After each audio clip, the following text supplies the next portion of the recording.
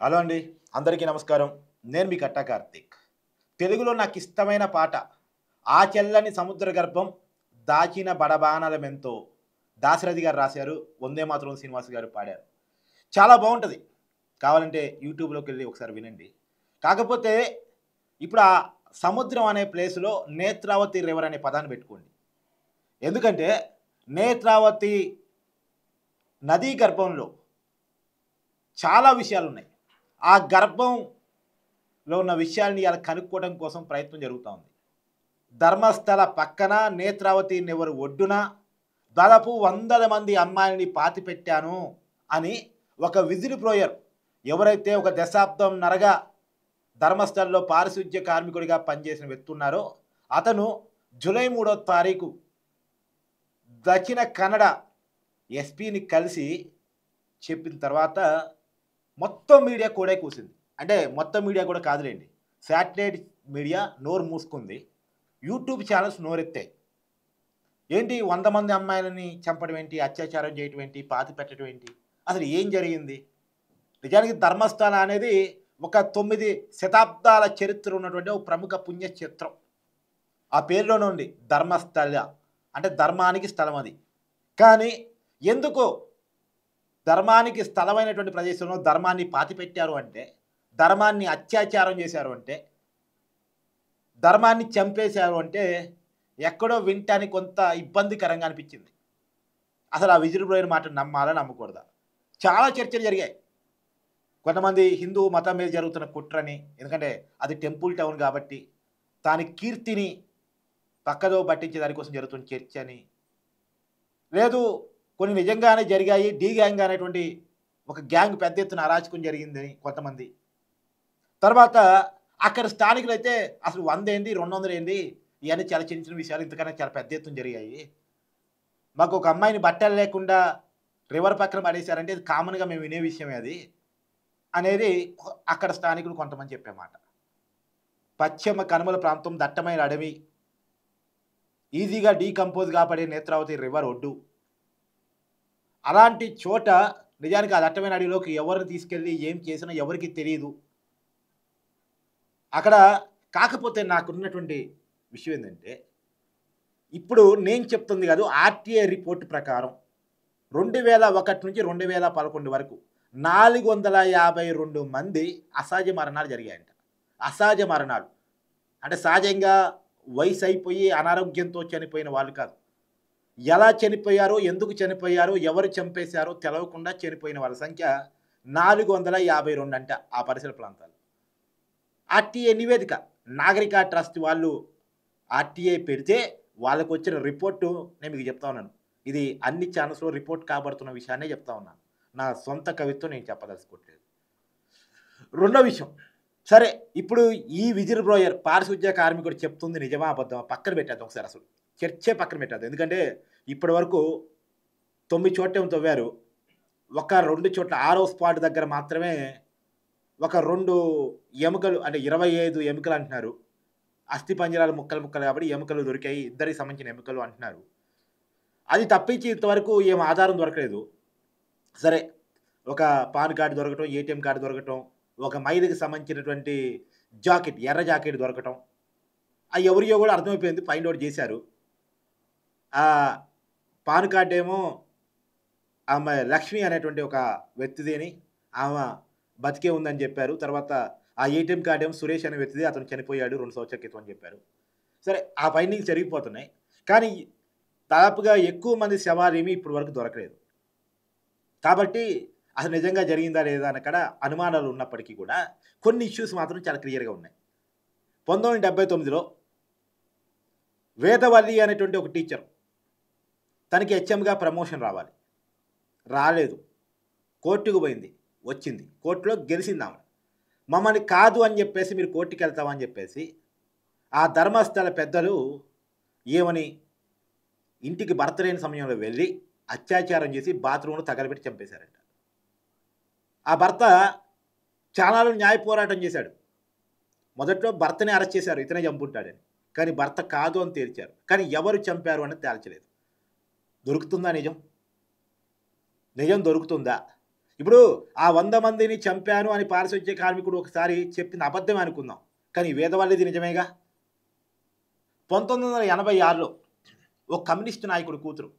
ఆ కమ్యూనిస్ట్ నాయకుడు జనాల కోసం, అక్కడ బడుగు బలహీన వర్గాల కోసం, ప్రత్యేకించి ఒక ఎస్టీ కుటుంబం కోసం ధర్మస్థల పెద్దల్ని ఎదిరించి నిలబడ్డందుకు ఇంటర్మీడియేట్ చదువుతున్నటువంటి వాళ్ళ అమ్మాయిని కాలేజీకి పోయి వస్తుండగా 17 సంవత్సరాలంట. పేరుతో సహా బయట చెప్తున్నారు కానీ మైనర్ పేరు చెప్పకూడదని నేను చెప్పట్లే అంతే. ఆ బాలికని అత్యంత దారుణంగా అత్యాచారం చేసి చంపారు. 56 రోజుల్లో శవం దొరికింది. ఆ అమ్మాయిని ఎవరు అత్యాచారం చేసి చంపారు అన్నది ఈ రోజుకి ఫైండింగ్ కాలేదు. అంటే నేను మరి ఇందాక చెప్పినట్టు ఆ పారిశుధ్య కార్మికుడు చెప్పింది అబద్ధం అనుకుందాం. కానీ ఈ మైనర్ బాలిక అత్యాచారం హత్య అనేటువంటిది నిజమేగా. తర్వాత 2003 ఎంబీబీఎస్ చదువుతున్నటువంటి ఫస్ట్ ఇయర్ చదువుతున్నటువంటి అనన్య భట్ ధర్మస్థల ప్రదేశానికి ఒక టూరిస్ట్గా వచ్చారు. పిక్నిక్గా ఫ్రెండ్స్తో కలిసి వచ్చారు. ఫ్రెండ్స్ అందరూ షాపింగ్కి వెళ్ళారు. తను మాత్రం టెంపుల్లోనే ఉంది. మళ్ళీ వాళ్ళు షాపింగ్కి వెళ్ళి తిరిగి వచ్చాక అందరం కలిసి వెళ్దాం అనుకున్నారు. అనన్య భట్ మిస్ అయింది. ఇప్పటివరకు ఫైండింగ్ కాలేదు. వాళ్ళ మదరు వాళ్ళ కూతురు కోసం వెతుకుతూ ఉంటే కిడ్నాప్ చేసి చంపే ప్రయత్నం చేశారు. ఆమె కోమాలోకి వెళ్ళి ఏదో బతికింది. నిజానికి ఆమె కొట్టారు, కిడ్నాప్ చేశారు, కొట్టారు, ఓ చోట వదిలేశారు. కానీ ఆమెను ఎవరో బెంగళూరు ప్రభుత్వ హాస్పిటల్లో జాయిన్ చేయడం వల్ల ఆమె బతికింది. ఆమె ఏడుస్తూ ఉంది, నా కూతురు అడ్రస్ ఇప్పటికైనా ఫైండింగ్ జరిగింది అని. 2003లో జరిగింది ఈ సంఘటన. తర్వాత 2012 అది చాలా పెద్ద ఫేమస్ కేసు. 2012 అయితే ఒక కాలేజీకి పోయిస్తున్నటువంటి ఇంటర్మీడియట్ అమ్మాయి, 17 ఏళ్ళ అమ్మాయి, బస్ స్టాప్కి ఇంటికి 1 కిలోమీటర్ దూరం అంట. కాలేజీకి వెళ్ళి కాలేజీ బస్సులో బస్ స్టాప్ కాడ దిగింది. బస్ స్టాప్ నుంచి నడుచుకుంటూ వస్తుంది. దానిలో వాళ్ళ బాబాయ్ కూడా ఎదురయ్యాడంట. కాలేజీ నుంచి వస్తున్నామంటే అవును అని చెప్పిందంట. Everything good. కానీ ఇంటికి రాలేదు. తర్వాత రోజు శవమై కనిపించింది నేత్రావతి నది పక్కన. బట్టలు లేకుండా అత్యంత దారుణంగా. ఇంకా చెప్పాలంటే చెప్పడానికి కొన్ని ఇబ్బందిగా ఉంటాయి. ప్రైవేట్ పార్టీలో ఇసుక పోసి దారుణంగా, చెప్పడానికి బాగోదు. ఆ పరిస్థితుల్లో ఆ అమ్మాయి అక్కడ కనిపించింది, ఆ బాడీ అక్కడ కనిపించింది. ఆ పోలీసులు చాలా సీరియస్గానే రియాక్ట్ అవుతున్నట్టు అనిపించారు. ఎవరినో అరెస్ట్ చేశారు. కానీ వాళ్ళు కాదు అని కోర్టు తెలిసింది. మరి ఎవరో ఒకరైతే కావాలిగా. ఈ కేసుని లోకల్ పోలీసు, సిఐడి, సిబిఐ కూడా ఎంక్వైరీ చేసింది. కానీ ఎవరు అన్నది తేల్చలేదు. ఇప్పుడు ఈ 4 కేసులు, ఇప్పుడు 450 కేసులు లేదు, పారిశుధ్య కార్మికుడు 100 కేసులు, అవి పక్కన పెట్టండి. ఈ 4 కేసుల్లో ఉన్నదెవరు, చేయించిందెవరు అన్నదైనా తెలుస్తారా? మన దేశంలో పలుకుబడి, పవరు, డబ్బు ఉంటే ఎంతమంది అమ్మాయిని అత్యాచారం చేసి చంపేసిన ఈ వ్యవస్థలు ఏమీ చేయలేవు అనేదేనా? మామూలుగా మన దేశంలో మనది చాలా గొప్ప ప్రజాస్వామ్య దేశం. 100 కోట్ల జనాభా, పోలీస్ స్టేషన్లు, చట్టాలు, న్యాయస్థానాలు, ప్రభుత్వాలు, ఆ ప్రభుత్వాలను మళ్ళీ ప్రజలే ఎన్నుకుంటారు. ఇంత పెద్ద వ్యవస్థ ఒక ఏరియాలో పదే అమ్మాయిల మీద అత్యాచారాలు జరిగి చంపబడుతున్నా అసలు కారకులు ఎవరో పట్టుకోలేని పరిస్థితిలో ఉంది అంటే ఈ వ్యవస్థను ఏమనాలి? ఈ వ్యవస్థ సగటు అమ్మాయికి రక్షణ ఇచ్చే వ్యవస్థ అనుకోవాలా? ధర్మానికి నిలువైన ప్రదేశంలో అధర్మం జరుగుతుంటే, ధర్మాన్ని చంపేస్తుంటే, ధర్మాన్ని పాతిపెట్టేస్తుంటే, ధర్మం మీద అత్యాచారం చేస్తుంటే ధర్మం అంటే ఇక్కడ అమ్మాయి అని నేను అంటున్నాను. ఎందుకంటే ఏమీ తెలియని, అన్యం పుణ్యం తెలియని అమ్మాయి కదా. కాలేజీకి వెళ్ళి చదువుకోవాలి, చదువుకుని ఏదో ఒకటి జీవితంలో సాధించాలి, చదువుకొని సాధించేసి పేరెంట్స్కి ఏదో మంచి పేరు తీసుకురావాలి అన్నటువంటి ఆశయంతో ముందుకెళ్తున్నటువంటి అమ్మాయిని అత్యంత దారుణంగా చంపేసి అత్యాచారం చేశారు అంటే వ్యవస్థలు పట్టుకోలేకపోతున్నాయి అంటే లోపం ఎక్కడుంది? అంటే మీరు అనుకోవచ్చు, ఇవాళ నా సమస్య కాదు కదా, నా ఇంటి దాకా రాలేదు కదా, నాకెందుకు ఈ సమస్య అని మీకు అనిపించవచ్చు. కానీ దయచేసి ఈ వీడియోని ఎక్కువ మందిలో షేర్ చేయండి. చాలామందికి నేను చెప్పదలుచుకున్న పాయింట్ ఏంటంటే, మీరు అనుకున్నట్టే పారిశుధ్య కార్మికుడు కూడా అనుకున్నాడు. భయానికి బెదిరో లేదా ఇంకే కారణాల వల్ల, ప్రలోభాల వల్ల మొత్తానికి 100 మంది అమ్మాయిని పాతి పెట్టాలని చెప్తున్న ఆ పారిశుధ్య కార్మికుడు తన కుటుంబం కాడికి, తన కుటుంబంలో వ్యక్తిని కూడా తాకేసరికి, తన కుటుంబంలో ఉన్నటువంటి అమ్మాయిని, మరి కోడని కొంతమంది అంటున్నారు, కూతురని కొంతమంది అంటున్నారు, నాకు క్లారిటీ లేదు. కానీ తన ఇంట్లో ఉన్నటువంటి అమ్మాయిని కూడా లైంగికంగా వేధిస్తున్నారు అనే కాడికి ఆ రాష్ట్రాన్ని వదిలేసి పారిపోయాడు. అంటే తన దాకా సమస్య వచ్చింది.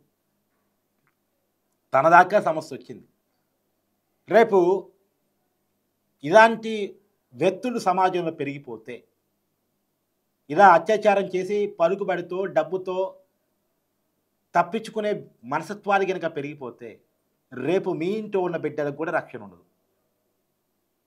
రేపు మీ బిడ్డ దాకా వస్తది, మీ కొడుకు దాకా వస్తది ఇష్యూ. కాబట్టి ఇలాంటి ఇష్యూని మనం మాట్లాడకపోతే, నోరెత్తకపోతే, పిడికిలు బిగించకపోతే, సరే పిడికిలు బిగించడం పక్కన పెట్టండి, కనీసం మాట్లాడకపోతే, మనం స్పందించకపోతే ఏమైనా జరిగింది. గుర్తుపెట్టుకోండి, మాట్లాడకుండా పోట్లాడకుండా మన స్వతంత్రం రాలేదు. మాట్లాడకుండా పోట్లాడకుండా మాట్లాడే హక్కును మనం సంపాదించుకోలేదు. మాట్లాడకుండా పోట్లాడకుండా రాజరికం నుంచి ప్రజాస్వామ్యం మనం రాలేదు. మాట్లాడకుండా పోట్లాడకుండా మనం ఈ సమాజంలో ఇన్ని హక్కులతో మనం బతకట్లేదు. ఎంతోమంది పోరాడితే, ఎంతోమంది మాట్లాడితే మనం ఇవాళ ఇలా ఉన్నాం. కానీ ఇవాళ ఇలా ఉన్న సమాజంలో కూడా అనేక అరాచకాలు జరుగుతూ ఉన్నాయి. డబ్బుతో పలుకుపడుతూ వాళ్ళు సేవ్ చేసుకుంటూ ఉన్నారు. ఇప్పుడు ఈ సమాజాన్ని కొద్దిగా మంచిగా తయారు చేసి, రక్షణ ఉన్న సమాజంగా ఒక సగటు మహిళ నాకు రక్షణ ఉంది అని ఫీల్ అయ్యారా, సమాజాన్ని తయారు చేసి రేపటి తరం చేతుల్లో పెట్టాల్సిన బాధ్యత మనకుంది. కాబట్టి ఇష్యూ బయటికి రావాలి, వాస్తవాలు తేలాలి.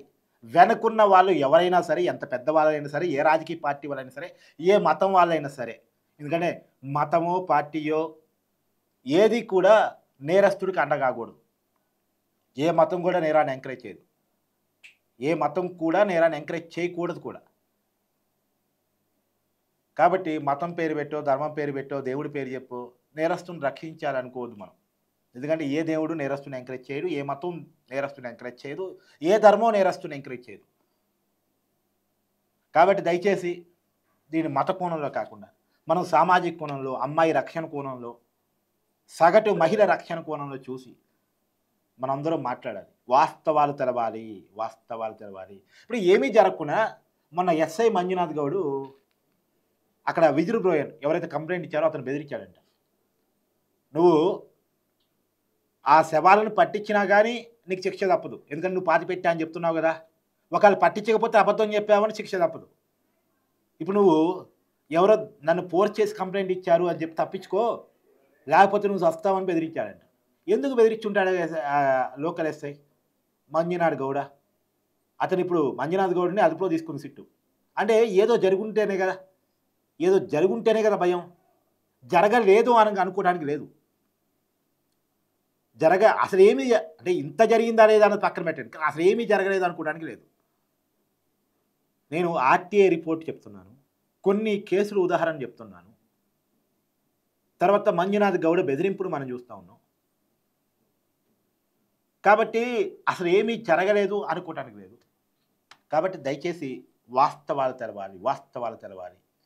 వాస్తవాల కోసం మన డిమాండ్ కూడా పెరగాలి. Thank you.